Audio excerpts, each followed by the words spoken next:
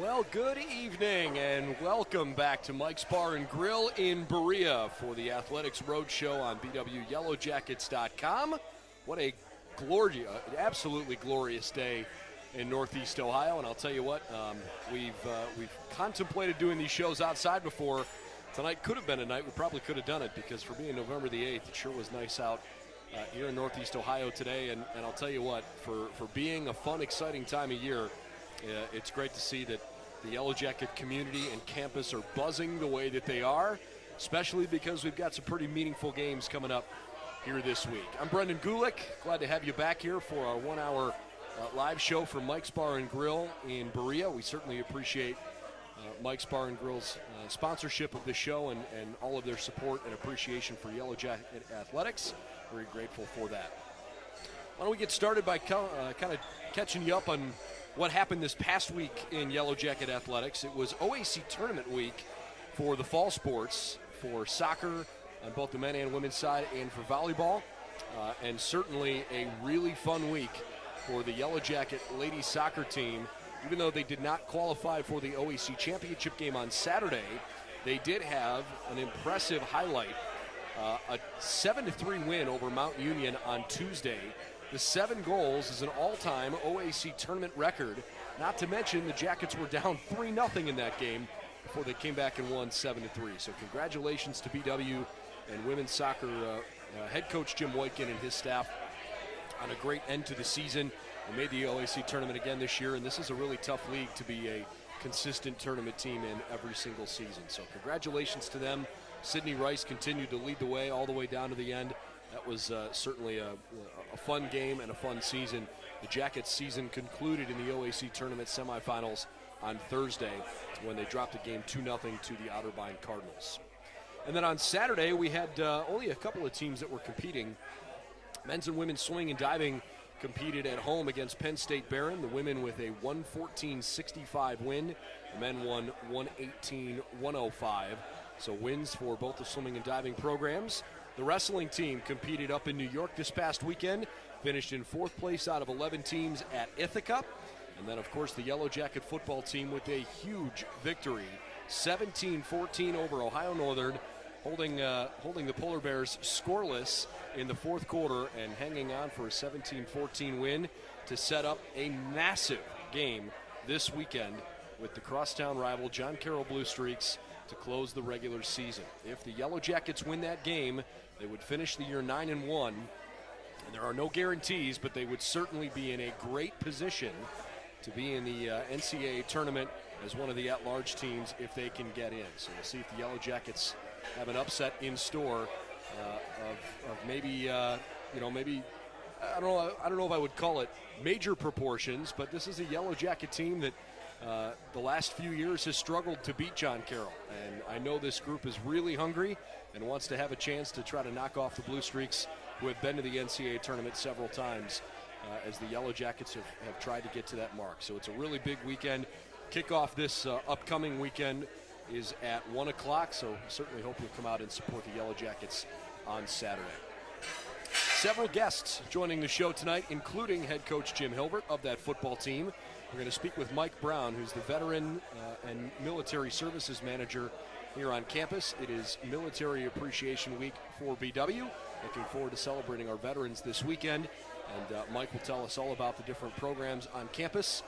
And then we are going to have a chance to talk with both Tom Heil and Cheri Harrer, the head coaches of our basketball programs, as BW's basketball season gets ready to get rolling here this week as well. Can't believe it's already basketball season.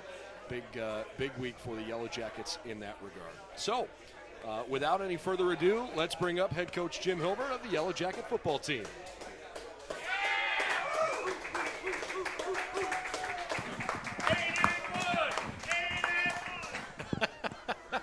Coach, how are you? Good. It's great seeing you. It's great to see you, too. Can't believe we're back here doing this again on another Monday night, talking about another Yellow Jacket victory. Life is good. Appreciate it. It's great seeing you. Like I said, I think we had a really good weekend. Faced some adversity. Matter of fact, over the last 2 weeks, kids really handled it well. I thought it was both games have been gutty performances against Marietta and obviously against Ohio Northern. Being on the road, We have not played well on the road at Ada, and our kids came out and got a big one. That was a big win for us. It's a hard place to play. Definitely. There's no doubt about it. Traveling the day of, 2 hours and 15 minutes away, getting off the bus, being mentally ready, physically ready to be able to play a good team. Your guys are tired, banged up, all the above, and, it's the game before the game.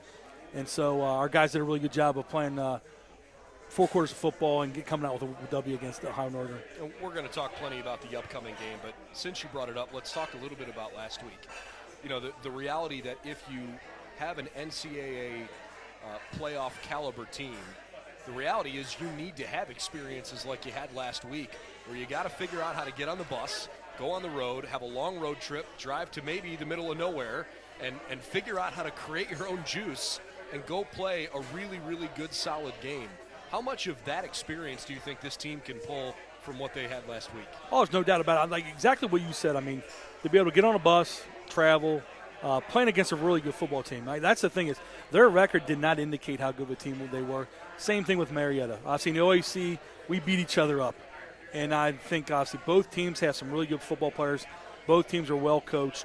And, obviously, for us, defensively, we knew we had our hands full. Brody Hahn and the rest of those guys are really good offensively. They're averaging 160 yards per game and a lot of points. And so our guys came out, were locked in. And I think the one thing I was really happy about is they didn't flinch. We had a turnover. They got a quick touchdown. Didn't flinch. Did some great things all 4 quarters. I know we got frustrated at times trying to chase them around, getting sacks and stuff. But I thought our guys were relentless the whole game. And like I said, excited about the opportunity we have now coming up this week. Ohio Northern is usually one of the more well-coached teams in the conference. Dean Paul has always done a terrific job out in Ada. And I would imagine that part of what you're trying to make sure this group has instilled in them moving forward is how important it is to play good, disciplined football. Because especially now where, you guys have put yourself in a position to achieve the goals that you've really wanted to achieve. You got a chance to win your rivalry game this week. You've got a chance to put together a 9-1 regular season with, what you think probably is a really good at-large resume. Those things are never guaranteed, but it's certainly a great resume if you can come up with a win this week. How important has the disciplinary part of your preparation and execution on game day been? Oh, there's no doubt about it. Obviously, trying to take care of the little things. Because I tell our guys all the time, if you take care of the little things, they'll take care of the big things. And all those things we put in situations during the week, from red zone, coming out, obviously overtime stuff that you work on, all those different situations, try to put those kids in so the game is easy. And I think hopefully that will help us. I really believe, too, when you're down a touchdown or down 2 touchdowns, you kind of see what kind of heart you have on your team, what kind of leadership you have on your team. And I think we've checked all those boxes. And now it's time to move on. Obviously, I think those things have gotten us ready for the challenge we have in front of us. We know it's a big challenge. I know Coach Fanati will have his guys ready, and obviously they're a good football team. They really are. We understand that, and we know we have to play well. I know our guys are excited about that. We wanted to put ourselves in a situation to be 8-1 going into this game, and we did that. And we're excited about playing at 1 o'clock this Saturday. Yellow Jackets have everything in front of them, and I know that's really what you've been working toward ever since you took over this job. Now that you're in this position, how much more gratifying does it feel for you to look back on everything that you went through? Gosh, especially last year with the COVID stuff. To go through all that and now to see it get to where you are right now, that's got to feel good. It feels so good. Like I said before on the air, spring was bad. It was tough. Spring was tough. I know our kids went through a tough time. Coaching staff, everybody. It was a tough spring ball. And to get where we're at now, to go through camp, to go to Virginia, our first football game, 8 hours away, and to do what we've done there, and week in and week out, really shows what kind of football the team this is. And we talk about leaving our mark and leave our legacy. We talked about it today, this 2021 team, and the seniors. The 23 seniors we have on this football team and what they've done to lay it on the line for each other and the journey they've taken. Because they probably were second-guessing themselves in the spring ball. I'm going to be honest with you. Being 0-2 and things weren't going well for themselves, and to be where they're at now, I know has been really gratifying for them. Obviously, my coaching staff, and like I said, they're really it's neat to see the kids how happy they are, and for them to be jacked up about the thing they have in front of them this Saturday. Let's talk a little bit about this rivalry and ways that you guys have made it omnipresent in your facility, in your culture, in your team meetings, in your practices. Tell me about the focal point that this Saturday represents for the entire program. Right. For us, obviously, you walk down in a long hallway into our locker room in the Packard, you'll see the countdown clock for that game. To let these guys know how important this game is. We try not to say their name when we talk about the other team because obviously it's a big rivalry. We want the recruits, we want our players to know how much of a big rivalry it is. I think it's one of the best rivalries in small college football. And acknowledge that this is a big game. And to have, obviously, two good football teams playing at the end of the year, which I think this game should always be the last game of the year. Me in my heart, I hope they feel the same way, that we should be playing the last game of the year because it is that kind of rivalry and that it means a lot to both teams. So, like I said, our guys we have, in my time here, have made this game really close. We've gone through some heartbreaking losses year in and year out, and I think that's made us driven to get where we're at now and to obviously put us in a situation where we have this Saturday. How about from a recruiting perspective? Given the nature of how ingrained in Northeast Ohio in general, but Northeast Ohio, high school football is a big deal here. I don't care if you're playing at a Division I school or Division VI school. High school football matters to the communities in Northeast Ohio. And because it's so important, I think a lot of the kids that play high school football start to get a feel for what it would be like to play at the next level. And as a coaching staff, certainly you guys, certainly John Carroll, Mount Union, some of the other non-OAC schools, you end up recruiting a lot of the same kids. How often does this rivalry game come up in recruiting conversations? Oh, there's no doubt about it. Definitely does. Kids are thinking about it. What'd you do against those guys? What happened last year? What happened 2 years ago? And like you said, football means so much in Northeast Ohio. That's when it doesn't matter what division you are. Like you said, 7, 6, 3. It does not matter. Football means a lot to that community and a lot to those kids. And then those guys get to talk about it if they go to BW, go to that other school, about bragging rights. And I think that's a really neat thing to be able to do that. And that's one thing I noticed since I moved up here not too long ago about how important football is at any level. And obviously the bragging rights are really, really big. Let's talk about your team in particular. This is obviously a group that's achieved at a high level. When you set out at the beginning of the season, I know the spring didn't go the way you wanted it to, but when you broke camp and you were ready to start this marathon, or maybe I should say 10 consecutive sprints, because it feels like every week is its own individual sprint more than it is a marathon.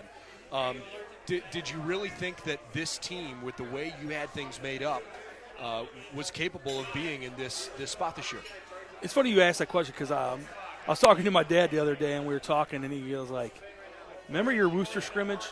And we really played really well, and we won in a big way and all this and that. And then, they've won 6 games in their conference. And then you're fast forwarding. You go, like you said, it's a sprint every week. You're like, it's hard time sometimes to take it in. You go down to Virginia, you beat that team, and then you go this, and this. Play a Heidelberg team that's really good at home, and you beat them, which is obviously they're a very good football team. And you keep doing it week in and week out, and then you self-reflect. You're like, you feel like we have a pretty good football team, and a team that has a lot of grit, a lot of toughness, the guys that enjoy playing with each other, love the game, and guys that you love coaching every single day. And I definitely has come out over the last, what it's been now 3.5 months. Really enjoyed being around the kids and what this team's all about. And it's a special group. There's no doubt. It's a special group of young men, and I know they're really fired up about this week. How much have you heard from the alumni after Saturday's win? I realize it's only Monday night. The game is still 5 days away, right. But I'd have to think the alums are kind of buzzing with what's coming. The alums are really, really excited and fired up. With text messages or emails, things like that about, hey, congrats where you're at. Obviously, Rock Week, this and that, and which is great. You want your alums to be excited about the program, what we're doing, excited about obviously how important this game is, the rivalry and all that stuff. it means I came to a great school that wants to. Football means something. So it's neat to see alums be fired up about it. That's cool. How about specifics for the game? I don't want you to reveal game plans and things, but when you kind of scout what you've got coming this week, what impresses you about the way John Carroll plays? First of all, I would say I'll go for the offensive side of the ball. They're really good up front. Their offense line is really good. Very physical football team. Their quarterback's led by Jake. Jake does a really good job commanding their offense. They're well balanced, throwing the ball, running the football. They got a couple good running backs. Evan McFay is a guy that obviously sticks out in my mind. Obviously, we saw him last week. The receiving core, led by number 14, he's a really good player. But he has a good surrounding cast. But I think it really starts up front with those guys they have. And then defensively, same type of thing. I would think their front seven is what sticks out for me on their defense side of the ball. So going back for us, I think for us defensively, we have to make sure we stop the run. We have to match their physicality, stop the run, not give any up explosive plays, make them earn everything, create turnovers, get the ball back to our offense. And we're going to have to tackle really, really well. And we're going to have to fly around with the football. Can't give up any easy plays. And then offensively, we're going to have to obviously do a good job of neutralizing those guys up front, get some quick explosive plays, but also trip some clock with our run game. I think our guys are doing a great job up front. Our offensive line's done a really good job, starting with Pat Simon. Pat and those guys have done an unbelievable job all year. And then get some explosive plays, I think, on the perimeter with Darius Stokes, Ian Mitchell, Elijah Arnett, and those guys. And I think it's a big thing for us to be able to have them guard the whole field, and then obviously with our running game. I don't think it's any secret you guys like to run the football. When you got somebody like John Murray, use him, right? Right. And you have, and you've used him a lot, and he's performed really well for you. Can I say one thing? Sure, please. Kudos to John Murray, too, obviously. He's a 1,000-yard rusher. Our offensive line has done a great job blocking for him. And obviously our guys on perimeter, I know he was all excited about getting that 1,000-yard mark, and I'm very happy for him. That's huge. And to do it in 9 games, yes. Not even get it to 10 is a huge testament to what he's done and what he's overcome the last couple of years here. Sticking with that theme, you said John Carroll's front seven stands out to you. Obviously, your strength seems to be running the football. It seems like the strength of their defense is up front and just barely into the second level with the linebackers. What are things fans can look for this week to know that things are going the way that you want in that part of the game? I think for us, obviously, sustained drives, we have to be able to run the football. That's our strength. It's been all year. It's not a pretty way to win games with nowadays in 2021, but getting 4 or 5 yards of carry is big. But being able to do that in constant, and then be able to take chances downfield, off of play action, different things like that. Be having a chance to do that, distribute the ball around the field, and we cannot turn the ball over. We've done a good job for that most of the season.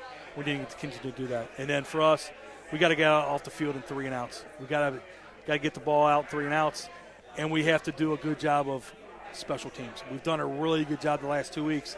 Coach Haynes and his crew have been unbelievable. We need to continue to do that, and we got to win the special teams battle. Well, in a tough, gritty game last week, I thought your third down defense was very good. 3 of 11, the success rate for Ohio Northern on third downs. And I think some of that's because they weren't often in manageable second and third down scenarios. Tell me about how you feel your team, both sides, offense and defense, have done on first downs. Right. I think, obviously, when you go to the offense side of the ball, we've done an unbelievable job of getting us in manageable third downs, like you just hit on. When it's 3rd and 4, 3rd and 3, 3rd and 2, 3rd and 5, the playbook's open. Sure. It makes it harder as a defensive coordinator to call plays. Same way for as a defensive coordinator calling defense against an offense. When it's 3rd and 8, 3rd and 7, 3rd and 9 along, it's real easy to call a defense. And honestly, our guys that being able to execute that. So, it's a lot harder when it's 3rd and 2, 3rd and 3, 3rd and 1, stuff like that.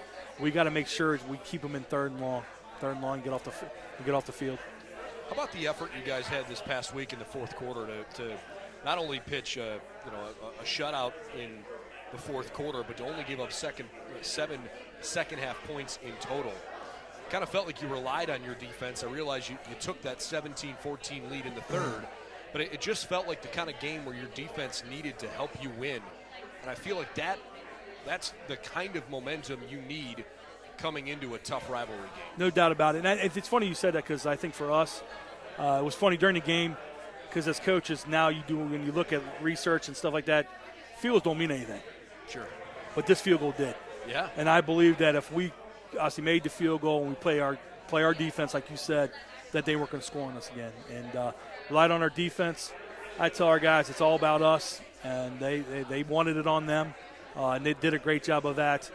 And to what we did too, I think, to intercept that ball and our offense, to take a shot downfield with Darius Stokes making a one-handed catch to get out of that tough situation because we're down, I think, around the 10, 12-yard line, make a one-handed catch, and then run out the rest of the clock. Kudos to everybody involved in that. I mean, I think it was a great team effort. And I know, like I said, for our guys, we learned a lot about ourselves. 3 interceptions last week and holding a really good OAC team to 14 points is huge.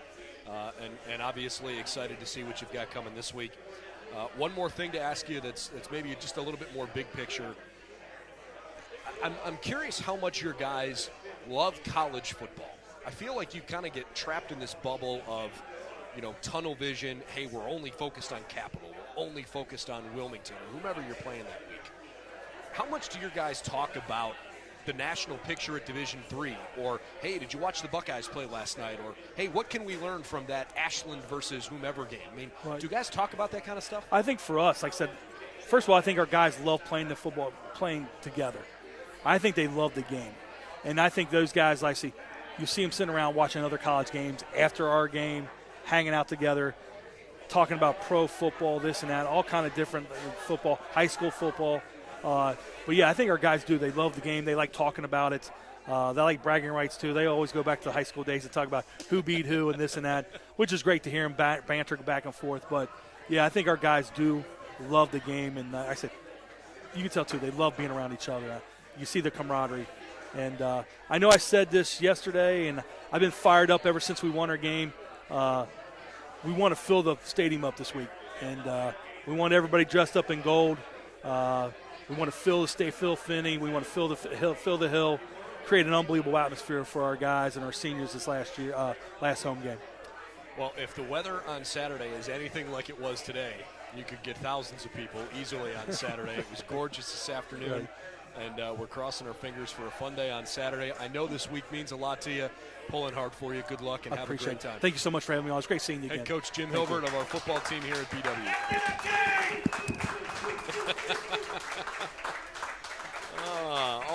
Always love talking football as we bring on Mike Brown. The Yellow Jacket football team has been working awfully hard to get ready for this weekend, and great to know that they've got a chance to achieve the goals that they've set out for themselves. In the meantime, Mike Brown, who is the manager of our Veteran and Military Services on campus, with a nice warm ovation here. That's great. Yeah, it's good. Love Thanks that. for having me. Yeah, thanks for coming on. First and foremost, this is a big week, for service members in our country, with obviously Veterans Day coming up. The birthday of the Marine Corps is this week, and then obviously this weekend we are celebrating our Veteran Appreciation Day on Saturday. Maybe just from a 10,000-foot view, what does this week mean to you? Yeah, it means a lot. So thanks for having me. Sure. It does mean a lot. I come from a long line of service members myself. I'm the 11th enlisted person in my family to go through the service, married to a veteran, father-in-law's a vet. So it means a lot. I'm also a Marine, so Wednesday's a big day for us. We'll be 246 years old, so I'm pretty excited about that. And then Thursday, big day, Veterans Day this year. I think this year it's kind of extra special because, we've just reached this culminating point of 20 years at war, right? So for my generation in particular, having, going to Iraq, going to Afghanistan, going to the Middle East, on and off for 20 years, it's sort of feel like that moment is kind of over, right? So where do we go from here? And, this Veterans Day for a lot of us will be the first one, after these wars have ended. So it's going to be a big one, I think. I don't mean to ask an incredibly challenging question, but where do we go from here? From your perspective, Yeah. and the role that you have at the university you're at, where do we go from here? Yeah, it's a good question. So I think we kind of try to stay on the same track that we have even during the course of the wars. You got to find unique ways to approach veteran transition, right? Transition is different, looks a little bit different for everybody when they get out. For some, it's a little easier. For some, it's a lot harder. You come from a culture that has a lot of purpose and a lot of meaning, where you have each other's backs, a lot like I'm sure the coach talked about. It's just being a part of a really big team, where that person to your left and your right is headed in the same direction as you. And then you get out and you realize everybody's heading a little bit different direction, right? So where do I find my purpose? And those are the things that we try to support here, is helping each vet figure out what their purpose is going to be, after the military. What do you want to do? What do you want to be when you grow up, kind of thing. So a little harder for some, but we work hard here to try to help them find that path. For those that aren't familiar, can you shine a little bit of light on what life is like for those who are, going through ROTC programs that are Baldwin-Wallace students, even though they are enrolled in those programs elsewhere? I know we can touch on that. Sure. But also for alumni of Baldwin-Wallace that have, transitioned into military careers. Yeah, and we have a number of those. So we have a number of ROTC cadets. We do 2 crosstown programs. We have an Air Force crosstown program with Kent State, and we have an Army crosstown program with John Carroll. So those students will be full-time BW undergrads. So they'll do all their academic coursework here, and then pretty much twice a week they will go to their respective schools, whether it's Kent State or John Carroll, and they'll take part in physical training there, and usually some sort of we'll call it a lab to keep it higher ed related. We'll call it a lab, but it's typically where you get with all the other cadets and you can start to kind of figure out what military life is going to be like. So it puts a lot of added responsibility, and that's something that you really need early on. It's good that the ROTC programs do that, because when you get into the service, you're going to be a second lieutenant when you go through ROTC, and all the eyes are on you to lead, right? Your young troops are going to look at you and expect that you have a handle on what's going on. So they put a lot of responsibility on them while they're in college, so that they can learn to handle that really early. This Saturday is obviously a big day, because we're going to honor and recognize veterans in our community before the big football game on Saturday afternoon. Is there anything more you can share with us about this weekend's plans? Yeah, so this Saturday we should have a halftime recognition. I believe the band's going to play the official song for each branch of service, cool. Which will be really exciting, and that'll give everybody an opportunity from that branch, as your song is playing, to kind of stand up and be recognized for that particular branch. So that'll be really good, really exciting. I'll bring my kids out for that, and they'll be excited to get to go out on the field, I think, ahead of time before the game. So, yeah, that's awesome. A big plan. How about from your perspective, looking back on your time as a student, and how your BW experience as a student has sort of shaped your life and now your career working here? Yeah, so I had a pretty good transition. I came out of the Marine Corps in 2015 following my wife's enlistment. So I was in the Marine Corps for 5 years. My wife was in the Air Force for the 4 years prior to that. So we did about 9-10 years back-to-back. And then we moved here to Berea, and I decided that, there's a local university here. It looks great. My wife's family has had people come through BW before, so I was really excited to kind of take that opportunity. And it turned out to be the best decision I ever made. I had a really great support system here at the university. At the time, the veteran service coordinator that I had, Randy Stevenson, he was just really instrumental in helping guide me into finding my purpose after the Marine Corps. And all of the staff and the faculty here, I'll tell you what, they'll do anything and everything they can to help support that transition, right? They've always tried to find meaningful ways to connect with student veterans, so that vet can understand, they know, we go through a number of different things. You face a number of different challenges. Some will come out and maybe you've deployed 3 or 4 times, in 10 or 15 years or 10 or 12 years. And then you got to come back and try to adapt to being in a classroom. Maybe you haven't been in a classroom since high school or something like that. So the faculty and the staff have always been really great and done a lot to try to make that transition as easy as possible. And then after a few years of being out of just being an alum, a BW alum, the opportunity opened up earlier this year to come back and serve as the manager of vet services.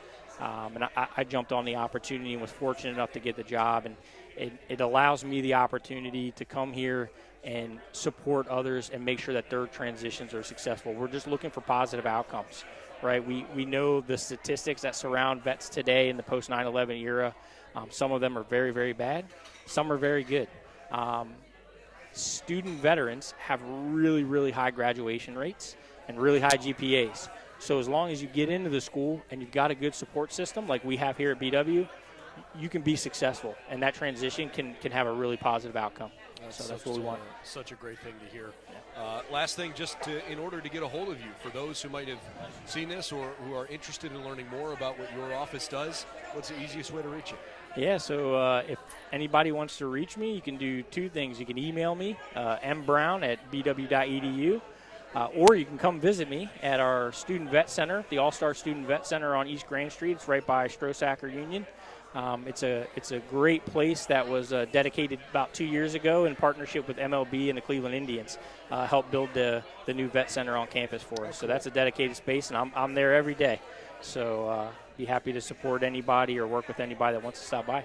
Love that. Well, thank you for your service both to our country and to our university. We appreciate what you do, and looking forward to seeing how this all continues to unfold. Yeah, you bet. Thanks for having me. Appreciate it.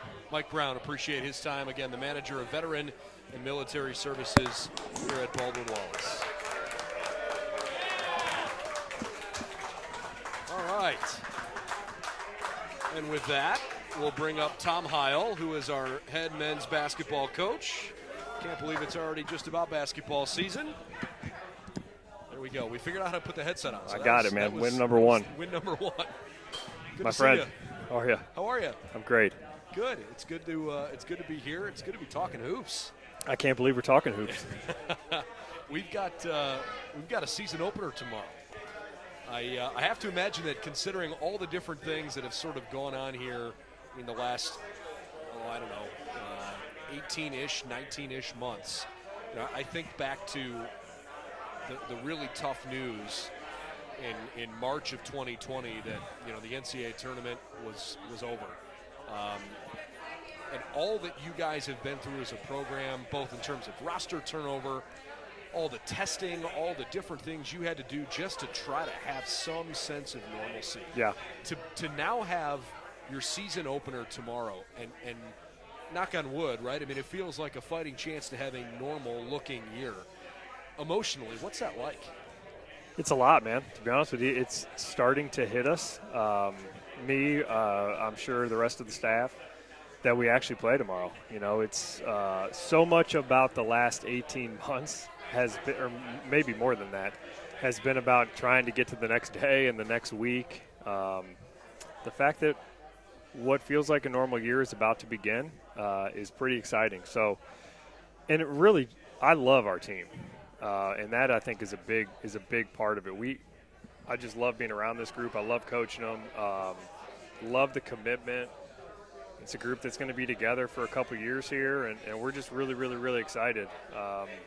They've weathered the storm. I think they've worked really hard throughout all this. So most of the emotions facing getting to play tomorrow are just excitement for our players, for our coaches, and the chance to actually get to go out and do it with some people in the stands. And, I think at a level of appreciation is probably as high as it's ever been across sports period for those that get to play and coach. So we're going to appreciate every bit of it this year for sure. Let's talk about your team because, you think back to where this program was over the, not last season, but the seasons prior. It just felt like you had a boatload of veteran leadership that, names that became so synonymous with Baldwin-Wallace basketball have graduated. That's college basketball, man. Yeah. It's attrition.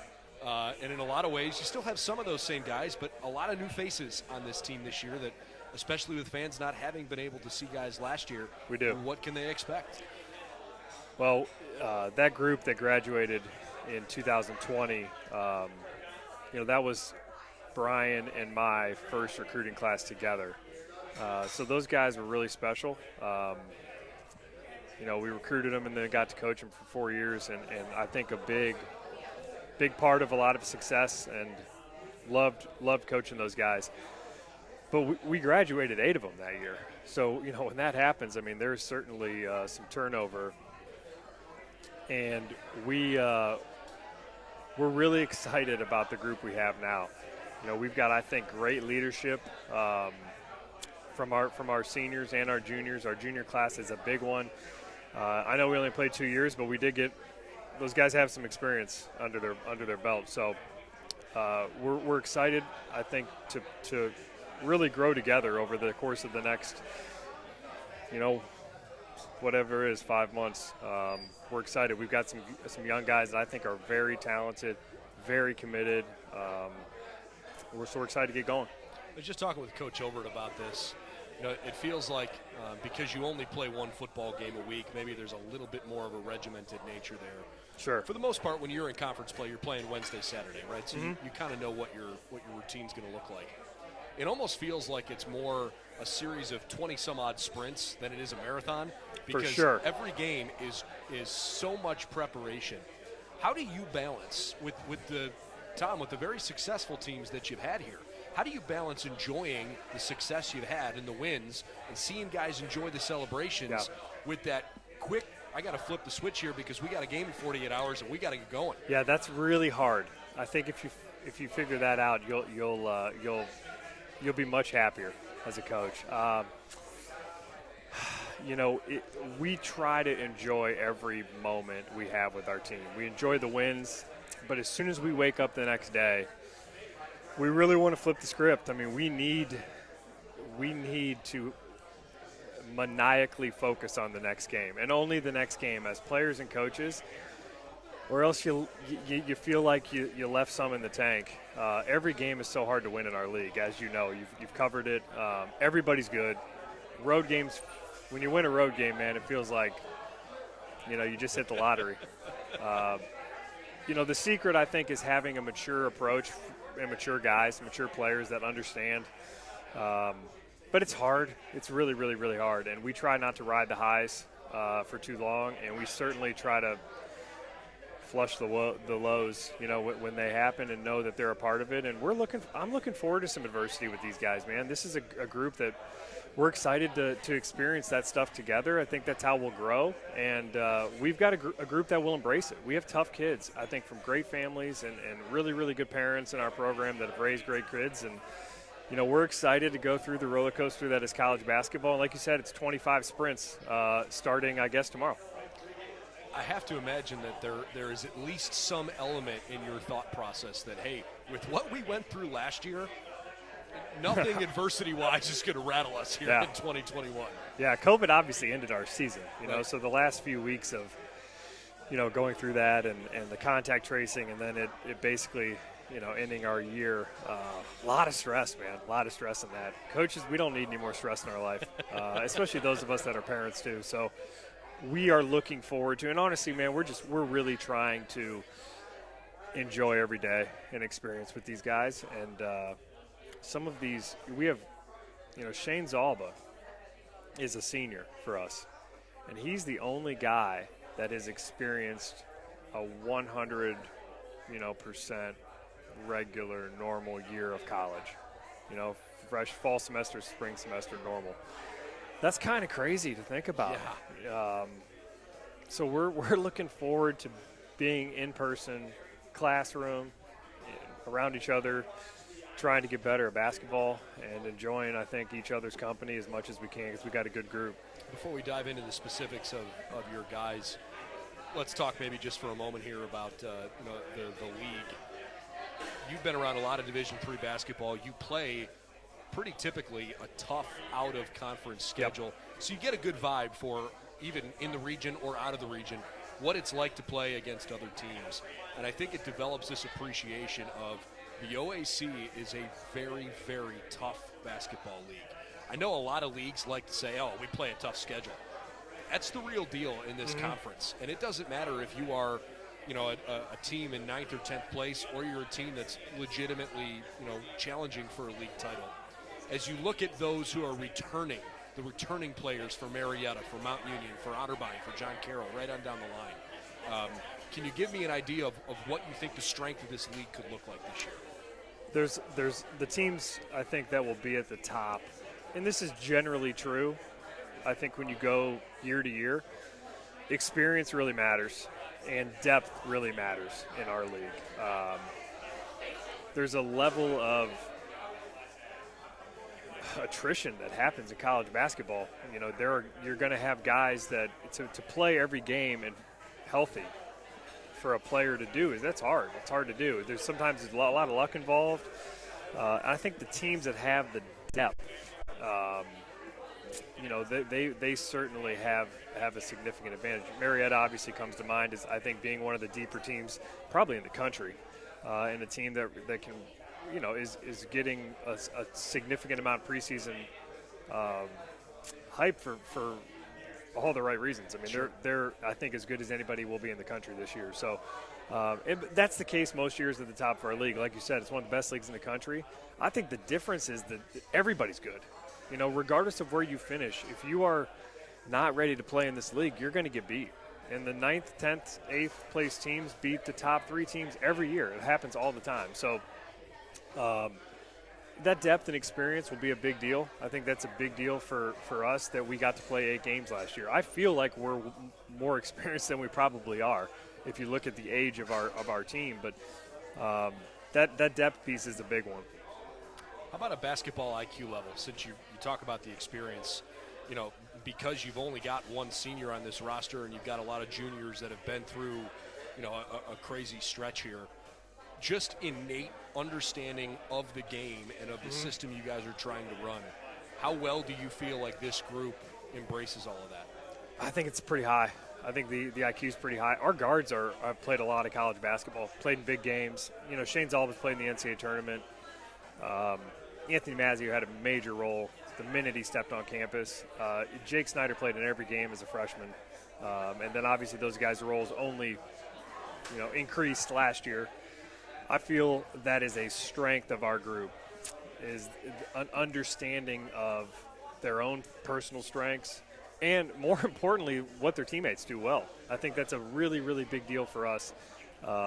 We with our youth, lack of ability to practice last year much in the fall at all. We were in 2 pods, as you know, and they couldn't play against each other. And I think we've grown a ton defensively and on the glass. You know, we physically have matured.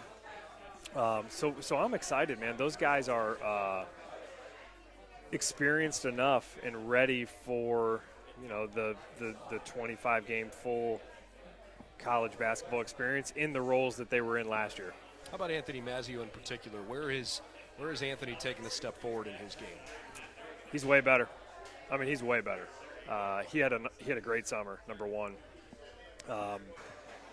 He can score the ball. I mean, I think that's honestly something he's always been able to do. His growth, Brendan, man, is he's grown a ton, I think, as a leader. I think he's grown a ton as a playmaker, as a passer and playmaker, and a guy that makes everybody around him better. He's consistently making the right play. You know, when he drives the ball, that is a huge, huge deal for us. And the way that we want to play offensively, and then defensively, he is very engaged in trying to be the best defender and rebounder he can be. And that's a big deal for our growth as a team. We need that from everybody. And I think he's embodied that to really every day that we've practiced this year, every day that we've had a chance to scrimmage or be together. He's embodied that. He's really, really, really made some strides, and he's a winner. I mean, that kid's a winner, you know, and he's a guy that we can count on. And I'm really excited to watch his growth as a leader and as a basketball player. I want to ask you about the sort of the local flavor of your team, because again this year it feels like, you know, the majority of your roster are guys that, you know, maybe grew up within an hour of campus. One, I think it has to speak to the quality of high school basketball in this area that you're consistently finding good kids from around here. But two, I know how involved you like to have the players' families be a part of this program, that you don't want it to just be, hey, come show up at the game and then we'll see you next time. Can you give me an idea as you go into this season of the family atmosphere that you think this team in particular has created? Yeah, so it's been really fun. Our guys got to play in Summer League this year, a lot of them together. And, we didn't realize that a lot of the parents hadn't even met each other. in person. Yeah. You know, they watched the guys on the computer and TV last year, but they never really met in person. And I think that was a really fun thing to see happen. And then we have our inter-squad scrimmage where everybody kind of comes, and we have a little, we have a little get-together after. And that was our first real taste, I think, of we have great families. And a lot of them are local, and a lot of them knew each other, I think, before BW. But if we have to go outside of an hour to go recruit good players, we're probably not looking hard enough. I mean, I think Northeast Ohio basketball is as good as there is in the region, in the Midwest. Great coaches, really, really, really good high school football, high school basketball, high school wrestling, high school baseball. I mean, you go down the list. It is as good a high school sports as there is. So we're fortunate, I think, to be able to have a great location and to be able to recruit Northeast Ohio guys and Northeast Ohio families. I think we got some great people in our program, and that's because they have great families. So it makes our life a lot easier, enjoying being around these guys every day. I bet. The stress of coaching and winning and losing is a lot easier to take. Obviously, your team has been known to be a really good perimeter shooting team. You like to get guys that can stretch the floor, play with pace, and stroke it. How do you feel about the size of your team this year? We have Christian Pfeiffer, who is a sophomore now and played. If you watched us at all last year, was our starting big, our starting 5-man. Last year as a freshman, he's pretty special. He has grown and gotten better. This year's been really fun to watch him. Every day he's gotten better. I mean, day to day, practice to practice, I've seen it, the improvement. Brian Schmidt has done an unbelievable job with him, and he spends a lot of time with our big guys. He's pretty special. He's all, every bit of 6'8". He's very long. He's very athletic, and I don't know that I've ever coached a guy that has the ability to affect shots around the basket, that can also run, that can finish above the rim like he can. So from a size standpoint, he's special. He's pretty special athletically and the things he can do. Drew Wennis, who started for us at the 4 last year as a freshman, is a pretty special player. He's really a guard. He's really a 6'5" guard. He's made, I think, great strides wanting to become a better rebounder, and I think he will become a better rebounder. I think that's a big deal for our growth as a team this year. And then we've got a good number of 6'5", 6'6" guys that are capable of helping us that will come off the bench. Rob Watson, who played a little bit last year as a freshman, he's a totally different player this year, and he's had a great preseason. We're really, really excited for him. His role has become bigger and bigger and bigger the last 3.5, 4 weeks of practice. Jack Simmons is a guy that has been he was hurt early this year with an ankle. As he's gotten healthy, he had a pretty major role last year. So, after Christian, we're probably not the biggest team on paper, but I think we've got a lot of skill, and I think we've got athletes that can go rebound the ball, and we're excited to watch those guys grow. Two more for you. The first is about I realize your boss is sitting here. Okay? So this is not a Steve Thompson related question. You personally and your family have been at a lot of volleyball matches. You can feel the cultural change in student athletes supporting their classmates, their friends in other realms. You probably see it even better than I do because you're here on a daily basis with that. Can you give us an idea, just as you come into the season, around the excitement level around Yellow Jacket athletics as you get ready to launch a winter season? Yeah, I've been to a lot of – it's been fun to go this fall, to be honest with you. I missed that. Yeah. There's a palpable – buzz, I think. I'm sure COVID had something to do with it. Kids not being able to be kids much across the world, know. And I think there's an excitement, I think an appreciation. And what we try to instill with our players, you know, it is sometimes you feel like you are in a vacuum. You know, it is so much focus on us getting better every single day, right? And we want our players to be focused on that. But we also want them to understand they're a part of a great place and a great athletic department. And all those kids on other teams are going through the same thing. You know, they're in the same vacuum. They're going through the same prep and putting in the same work. We want them to be a part of those journeys and be at supporting their fellow athletes and be at the volleyball games and the soccer games in the fall. And, you know, I think there's been some great football crowds, man. That's one of my favorite things to do on a Saturday is go out there with my family. And, you know, my little guy's got an autographed poster thanks to Steve, you know, from the Marietta game where a bunch of guys were signing it for him. And, you know, he thinks those guys are the Browns. Might as well be Nick Chubb signing it for him. So that is the best part about BW. I think that's a big deal within our athletic department. The support is real, and some of my best friends in the world are other coaches here. We lean on each other. When I say daily, I mean daily.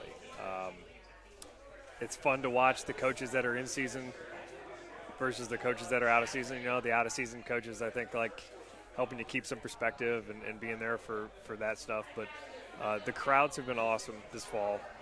We have, I think, a real genuine group of people that want these kids to have a great experience here at BW, and we want each other. We want our players and coaches to support everybody. And I think the better job we do of that, the more fun we're going to have. I'm not sure you could give me a better answer to the last question I was going to ask you about why BW is such a special place to you. You've obviously hit on a lot of that, but I think anybody that has spent any amount of time around you knows that you are 100% locked and loaded on where your feet are right now. And it's one of the things I most admire about you. Thank you, man. And about the program that you've built. There aren't distractions, right? It's we're here. This is what we're doing. We're supporting the people around us. Yep. When it's basketball season, it's hoops. But when it's football on a Saturday, when it's baseball in the springtime or lacrosse or volleyball or whatever, it's pretty obvious that this place is special to you. I love BW, man. I will this is where we've raised our kids. My son just turned 6 about a week ago, which is wild. And if they're watching, I hope they're listening to their mom. But that time has gone incredibly fast. And when we moved back, and I was fortunate enough to get this job and be sitting in this chair, Katie was pregnant with Camden.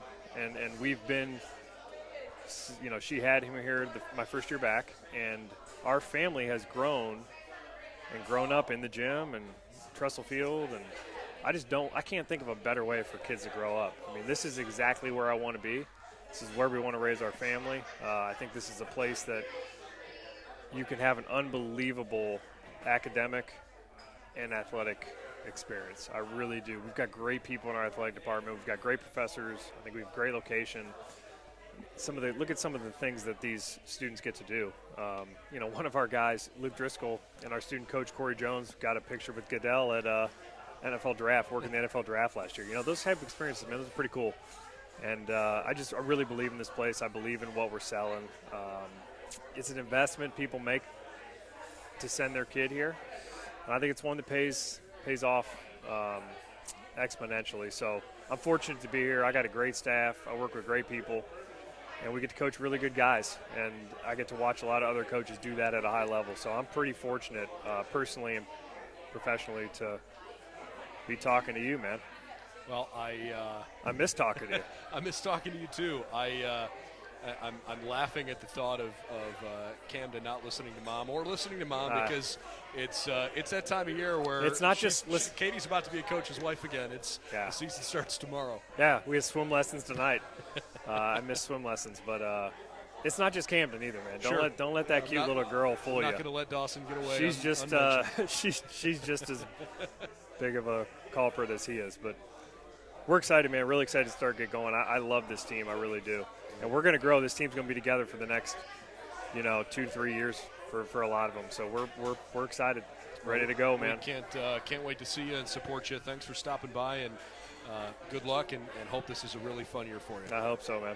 All right. Tom Heil, head men's basketball coach here at Ball Little Alice. All right. And we are going to to flip to the women's side of things with head coach Cheri Harrer, whose team is very much excited to get the season going. Cheri, thanks for joining us. How are you? Great. How are you, Brandon? Good. I was just telling Tom, same thing. It's great to be talking to you and talking hoops again. Yeah, how about that already? I can't believe we are at that time of the year already, considering everything that you guys went through last year. And you know, I think you guys probably felt the brunt of COVID maybe more than any other team on campus, because at the very beginning of it, you were one of 16 teams in the country that ended your season with a win. Usually one team gets to end their season with a win. As you reflect back on that team and what that moment was like for your program, how has that helped define what you did over these last 18 months? Wow, that's a tough question. Sorry to hit you with a hammer early on. Yeah, and I will say wrestling was right there with us. They were Sure. actually at Nationals, so we have a little commiseration with those guys. That was just a horrible situation, and I don't even, that hotel room was a terrible place to be at that time. And, but, yeah, coming back off of that, it was tough. It was hard. You know, Sydney Diedrich decided not to play because she didn't want to take a chance on her season ending the same way. There was a lot of fear in the kids that their season last year would be called and they'd have to go live through that again. And, it probably impacted us differently than some of the other teams. As far as growing from it, I think everybody's grateful to get a chance to play at this point. But, we're still trying to recover. It's been, you know, we did what we did last year, and our kids have worked really hard, but it's just still – I probably wasn't as hard on them last year as I normally would be, and as far as holding them to a standard, because I wanted to make sure they had a great experience. Sure. And it's a tough line to toe. And, so I probably hurt us in a lot of ways, just trying to make sure those kids had a different kind of experience than we had the year before. It certainly is a tough balancing act, and frankly, there's no playbook. Everybody was just trying to figure it out and, make work for their group what they thought they needed to do the best they could. You got a game tomorrow, and knock on wood, this should look like a normal-looking season. We're expecting that things are going to move forward in a normal-looking way. For as frustrating at times as the last 18 months were, I have to imagine that the next several are pretty exciting. We hope so. We just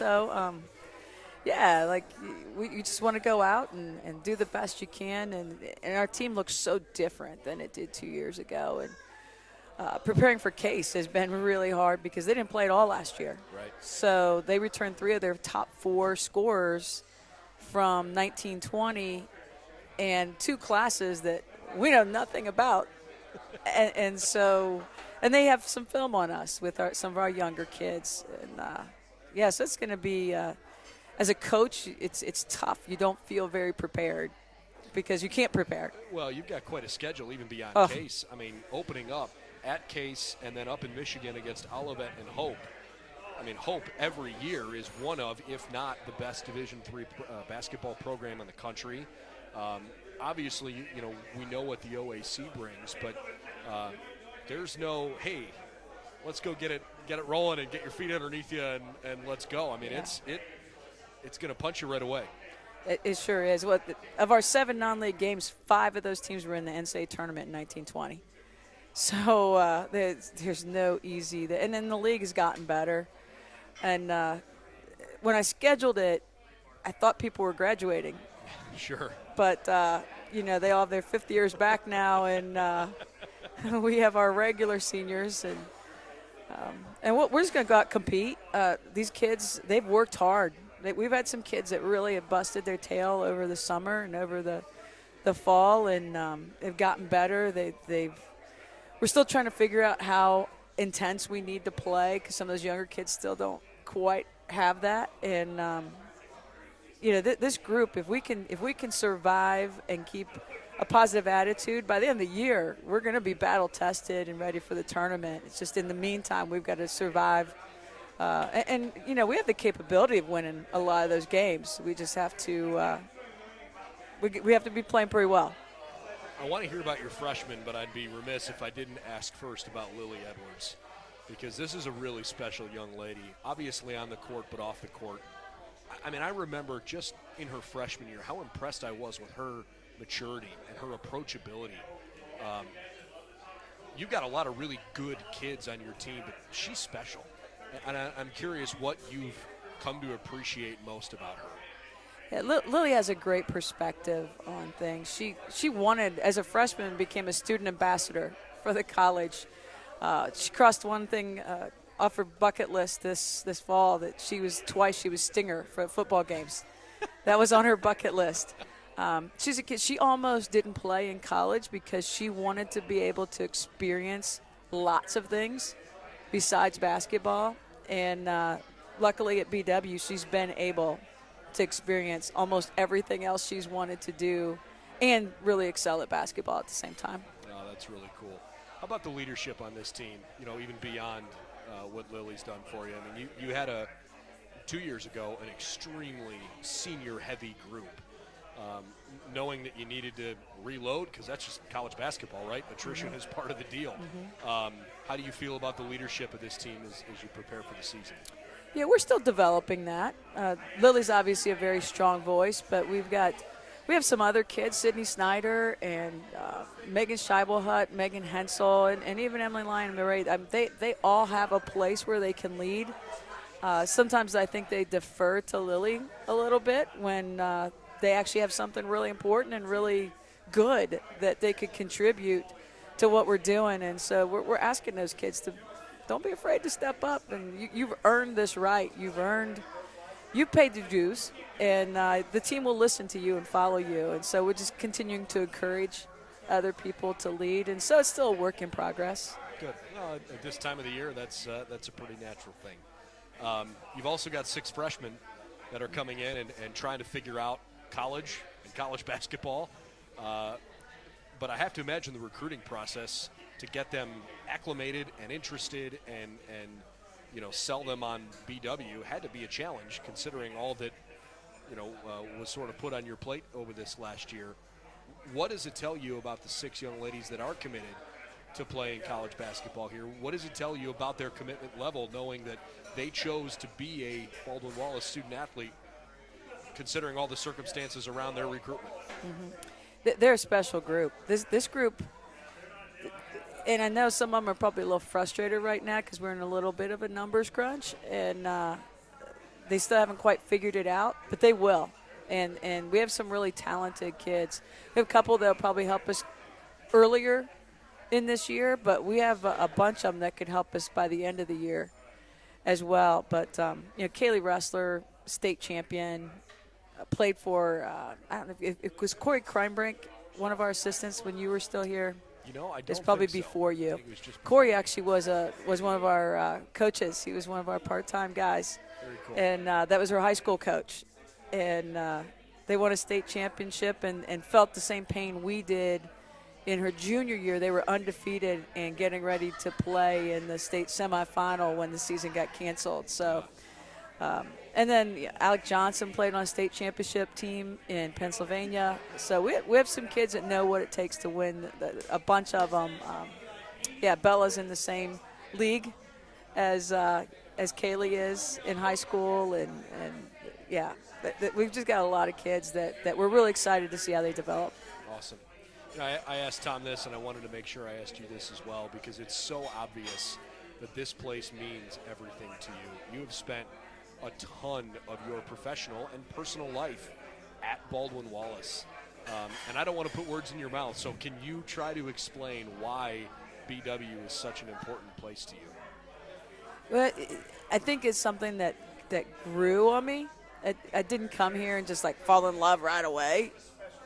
But as we started to have success, and really what it's come down to is each year, if I had an opportunity somewhere else, I'd look at our kids and think, they put their trust in me to be here and lead them, and now I'm going to ditch them, and that's really part of it. And bottom line too, I'm just really competitive. I hate to lose, so I'm gonna bust my tail and do whatever it needs to work, as many hours I need to work to not only try to win, but try to make this the best experience for our kids that we can. And, as budgets get cut, I even spend my own money on a lot of stuff. Just because to be competitive nationally, you got to do some things. And I'm going to do whatever it takes within the NCAA rules. Sure.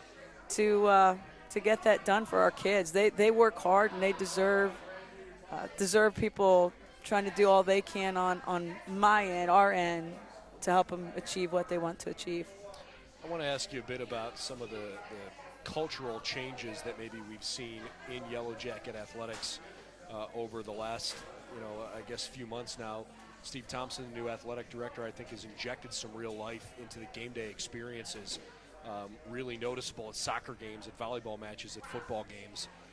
And now we're getting to the time of year where we're transitioning to winter sports, where maybe a lot of those student athletes are going to return the favor. How much are you looking forward to seeing those kinds of crowds again back inside Earthsprung? Yeah. The crowds we had in our NCAA and OSC tournament runs were so awesome. And our kids appreciated that support so much. And I don't know if you remember at the end of the OSC tournament, we have our picture being taken, and we invited all those guys to come join us. And it was just like, I think Casey Hughes said it right. It was like a party on our floor, And but that's how much it means to our kids to have that kind of support. And it does make a difference. It is a home court advantage when you have people like that there and being loud, being rowdy, and hopefully having a great time themselves. Last thing for you, just kind of an outlook on the league as you come into the season. And the OAC has some really, really good teams. And I know there's been a couple of teams that are still trying to build at the bottom of the league. But I guess as I think back on where this league was 10 years ago to where it is now, it feels like top to bottom, it's probably more competitive than it's ever been.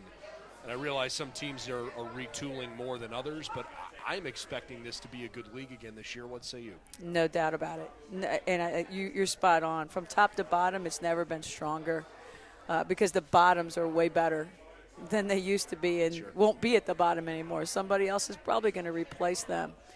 And then even at the top, I mean, really, like you look at the last time we were in the NCAA tournament, we just hammered Haverford. And they were a two-team league. Yeah. And we couldn't get anybody in. And Haverford was the top team in the league. And we beat them by, 30? Yeah. And their second-place team gets in over our second-place team. It's just – and I know it's all math. Sure. You don't get enough credit for having a great league where bottom line, we just beat the living daylights out of each other all year long and get one team in, and hopefully the team that's in bust tail and shows everybody that we should have more in. Yeah, well, I'm looking forward to seeing how the league unfolds. I can't wait to see the growth of this team this year, and it's obviously it's here, right? I mean, tomorrow's a big day for those who are in the Cleveland area who want to support the Jackets. Tomorrow night's a road game, but depending on where you live, it could be even closer to home if you're living out on the east side. Who knows? So hope to see fans back in Earthsprung real soon, and looking forward to the season starting. Good luck as you get rolling. Thanks so much. All right, Cheri Harrer, our head coach for our women's basketball team here at BW. Appreciate your time very much. All right, so that wraps up our guests for the night, but want to plug at least the last couple of things.